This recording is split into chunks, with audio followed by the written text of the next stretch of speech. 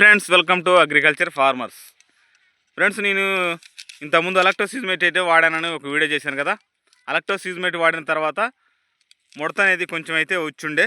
ముడతకు ఏ మందులు వాడానంటే, మా రైతులు చాలామంది అలెక్టోసిజ్మేట్ వాడిన తర్వాత ఏ మందులు వాడుతున్నారని కామెంట్ చేయడం జరిగిందంటే, కామెంటే కాదు మనల్ని ఫోన్ ద్వారా చేసి అడుగుతున్నారు.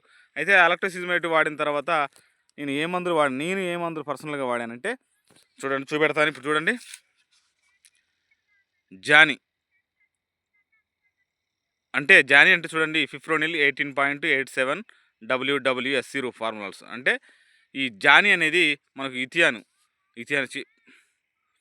కాంబినేషన్లో వాడుకోవాలి. ఫిప్రోనిల్ జానీ అనేది మనకు రీజెంట్ రూపంలో దొరుకుతుంది. రీజెంట్లో తక్కువ పర్సంటేజ్ ఉంటుంది ఫ్రెండ్స్. చూడండి, జానీ అనేది ఫిప్రోనిల్ 18.87 పర్సంటేజ్ ఉంటుంది. అంటే దీనికి 3% పవర్ ఉండటంతో మనకు ఇప్పుడు మొక్కకు ఉన్నటువంటి ఇగురు ముడత అనేది పోవడం అయితే జరుగుతుంది. ఇంతకుముందు మొక్కకైతే ఇగురు ముడత అనేది కొంచెం చాలా వరకు ముడతలా ఉండే. ఈ మందు వాడిన తర్వాత చూడండి, ముడత అనేది కొంతమైతే విప్పి ఇలాగైతే తయారైంది.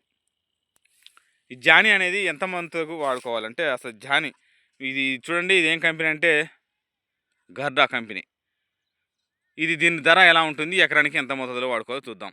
దీని ధర వచ్చేసి 1/2 లీటర్ 3,195 రూపాయలు దీని ఎంఆర్పి ఉంది. ఇది మనకు మా ఏరియాలో అయితే 2,000కి దొరికింది.